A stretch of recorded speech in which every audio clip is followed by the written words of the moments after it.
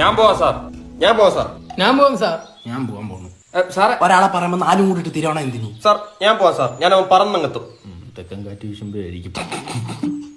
എന്താ സാറേ എന്നെ വിട്ടാല്? ഞാനും ഫീസൊക്കെ തന്നാ പഠിക്കുന്നത്. ഒരു 5 പുഷപ്പ് പറ്റൂല വയറുവേനെ. നിന്റെ അടുത്ത് ഞാൻ പറഞ്ഞ് ഡയറ്റ് എടുക്കാൻ. ഞാൻ ഒരേ കഴിക്കുന്നുള്ളൂ. എന്തോന്നു മന്തി. നിന്റെ ചന്തി നോക്കി തരും ഞാൻ. 2 ദിവസം തിന്നാനുള്ള 1 നേരം കയറ്റുന്ന നിങ്ങൾ 4 പേര് ഒന്നിനൊന്നും മികച്ച തോൽവികളായുണ്ട്. ഞാൻ വളരെ കൺഫ്യൂസ്ഡ് ആണ് സാർ. ഒരു തോൽവി കാര്യം മനസ്സിലായി. അതുകൊണ്ട് ഞാൻ കുറച്ച് ചോദ്യങ്ങൾ ചോദിക്കാം. 1, ഒളിമ്പിക്സ് ചിഹ്നത്തിൽ എത്ര ഉണ്ടുണ്ട്? 2. നിന്റെ നല്ല ചോദിച്ച 3. എടാ 5. അതാ പറഞ്ഞ 2, 3, 5. ഇതെന്തിനാന്ന് മനസ്സിലായോ? നിന്റെ തന്തയ്ക്ക് വിളിച്ചതാ ഞാൻ. രണ്ടാമത്തെ ചോദ്യം, ഓടുന്നതിന് മുമ്പുള്ള സ്റ്റാർട്ടിംഗ് പോസ്റ്റ് ഒന്ന് കാണിയറ. പെട്ടെന്നാവട്ടെ.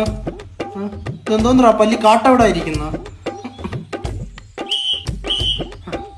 മൂന്നാമത്തെ ചോദ്യം, ഓടുന്നതിന് മുമ്പ് എന്തിനാണ് നമ്മൾ ഗ്ലൂക്കോസ് കഴിക്കുന്നത്? പല കാരണങ്ങളുണ്ട് സാർ. 1, നല്ല ടേസ്റ്റ് ആണ്. 2, ഫ്രീ ആയിട്ട് കിട്ടും.